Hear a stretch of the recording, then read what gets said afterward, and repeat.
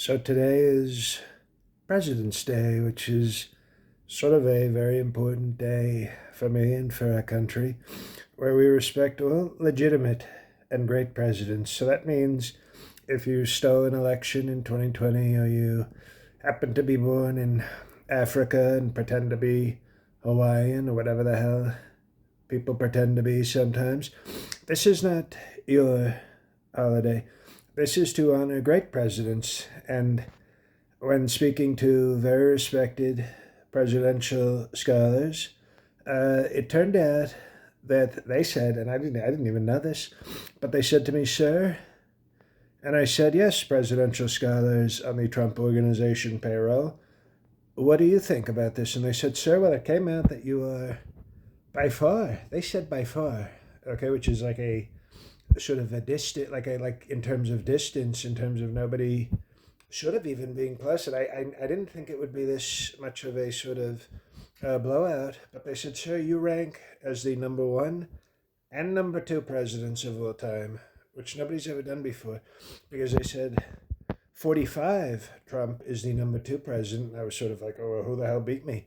And they said, "Don't worry, sir, you beat you." And I thought, well, that makes sense. The only person who could beat me would be me, frankly.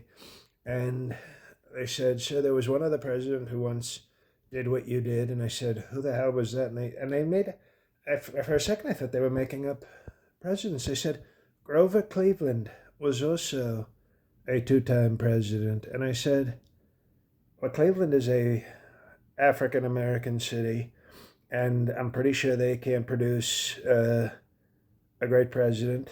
Even LeBron James could only become Attorney General of New York." Okay, so that's sort of ridiculous. And for Grover to come from Cleveland is interesting because, as you know, he's one of the more insignificant Muppets. So, he's not even Ellen DeGeneres for office. When you can qualify for office, you're Ellen DeGeneres. And it's a big word, by the way, but we do well with the words. But Grover wasn't even a top tier sort of Muppet.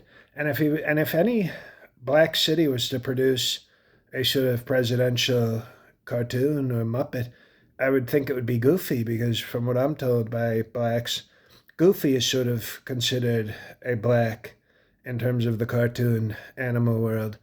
And so it wouldn't be Grover. It was very strange and, frankly, a lower tier Muppet. But the point is, it's President's Day, and very non biased scholars in the terms of history of presidents say that I am the top two presidents of all time. And I know the left isn't going to like that, but that's too bad. And in fact, hello, left. Why don't you go to work today? Why don't you go to school if you don't like your greatest two presidents, Donald J. Trump, 45, and Donald J. Trump, 47? Go to work. You don't get the. In fact, executive order, I am removing all days off from school and work for all people, radical left, who don't support the MAGA agenda. So there you go. You can go to work and be miserable. I will be sitting at home doing strong work, eating celebratory President's Day cake, okay, which is angel food with white frosting, white candles, and celebrating me, because this is my day.